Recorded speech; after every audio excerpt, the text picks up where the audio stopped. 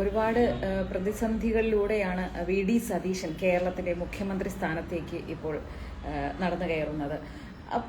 പലരും അതിനെ ഒരു PR വർക്കായിട്ടോ വി.ഡി. സതീശന് വേണ്ടിയിട്ട് വേറെ ആരൊക്കെയോ ചരട് വലിച്ചതായിട്ടൊക്കെ ഇങ്ങനെ പലരും പറയുന്നുണ്ട്.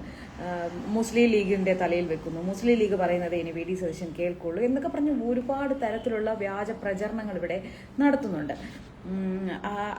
മുസ്ലിം ലീഗ് എന്ന് പറയുമ്പോൾ UDFന്റെ ഒരു പ്രധാനപ്പെട്ട ഒരു ഘടകകക്ഷിയാണ്. പിന്നെ വി.ഡി. സതീശന് വേണ്ടി സോഷ്യൽ മീഡിയയിലൂടെ ആയാലും അല്ലാതെ ആയാലും റോഡിലായാലും ശരി വി.ഡി. സതീശൻ മുഖ്യമന്ത്രി ആകണം എന്ന് ആഗ്രഹിച്ചത് ഇവിടുത്തെ സാധാരണ ജനങ്ങളാണ് എന്നുള്ള കാര്യം ഒന്ന് മനസ്സിലാക്കുന്നത് നല്ലതായിരിക്കും.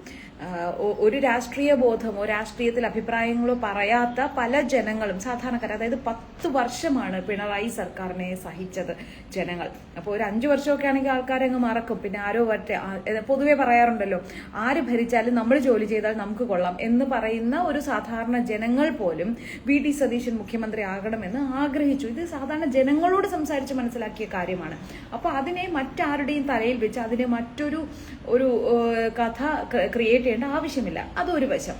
പിന്നൊന്ന്, മുൻ മുഖ്യമന്ത്രി പിണറായി വിജയനെ വി.ഡി. സതീശൻ സന്ദർശിച്ച വീഡിയോയും വാർത്തയ്ക്കും അതിൻ്റെ അടിയിൽ പലരും വന്ന് കമന്റ് ചെയ്യുന്നു. ഇവർക്ക് വേണ്ടി തമ്മി തല്ലിയ ബാക്കിയുള്ളവരെല്ലാം 3G ആയി, ഇവരെല്ലാം ഒന്നാണ് എന്ന് പറയുന്നു. ഒരു പ്രതിപക്ഷ ബഹുമാനം എന്ന് പറയുന്നൊരു സാധനമുണ്ട് എന്നുള്ളത് മനസ്സിലാക്കുക. ഇപ്പോൾ ഓപ്പോസിറ്റ് ആയിട്ടുള്ള രാഷ്ട്രീയ കക്ഷികളിൽ പെട്ടവരെല്ലാം അവർ ശത്രുക്കളല്ല. ഇവരെല്ലാം പ്രവർത്തിക്കുന്നത് എന്തിനു വേണ്ടിയിട്ടാണ്?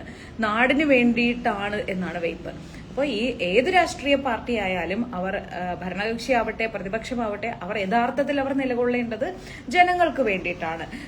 ഭരിക്കുന്നവർ അവർ ഭരണം നടത്തുന്നത് ജനങ്ങൾക്ക് വേണ്ടിയിട്ട്, പ്രതിപക്ഷം അതിനെ എതിർക്കുന്നത് ജനങ്ങൾക്ക് വേണ്ടിയിട്ട് എന്ന് പറഞ്ഞിട്ടാണല്ലോ. അപ്പോൾ ഈ പ്രതിപക്ഷ ബഹുമാനത്തോടുകൂടി പെരുമാറുക, അത് അദ്ദേഹത്തിന്റെ ആ വ്യക്തിത്വത്തെയാണ് കാണിക്കുന്നത്, എല്ലാവരെയും ചേർത്ത് നിർത്തുക എന്നുള്ളത്. ഇപ്പോൾ അദ്ദേഹം മുഖ്യമന്ത്രി ആയി കഴിഞ്ഞപ്പോൾ തന്നെ രമേശ് ചെന്നിത്തലയെ പോലെയുള്ള ഒരു സീനിയർ നേതാവാണ്. അദ്ദേഹത്തെ ഏത് രീതിയിൽ കൈകാര്യം ചെയ്യണം എന്നുള്ളതായാലും ശരി. ഇപ്പോൾ തർക്കം നിലവിൽ നിന്നത് KC വേണുഗോപാലുമായിട്ടും കൂടി ആയിരുന്നല്ലോ. അപ്പോൾ ഓരോരുത്തരെയും എങ്ങനെ ഡീൽ ചെയ്യണം, ഇപ്പോൾ KC വേണുഗോപാലിനെ പിന്തുണച്ച ഒരുപാട് പേർ അദ്ദേഹത്തോടൊപ്പം തന്നെയുണ്ട്. അവരെ ആയാലും എങ്ങനെ കൈകാര്യം ചെയ്യണം എന്ന് ഉദ്ദേശിച്ചാൽ അവരെ എല്ലാവരെയും ഒരു സന്തോഷത്തോടെ, കാരണം ഇനി പ്രശ്നങ്ങളില്ലാതെ കേരളത്തിൽ ഭരണം നടത്തണം എന്നുള്ളതാണ് അദ്ദേഹത്തിന്റെ ലക്ഷ്യം. അദ്ദേഹം മുഖ്യമന്ത്രിയാണ്.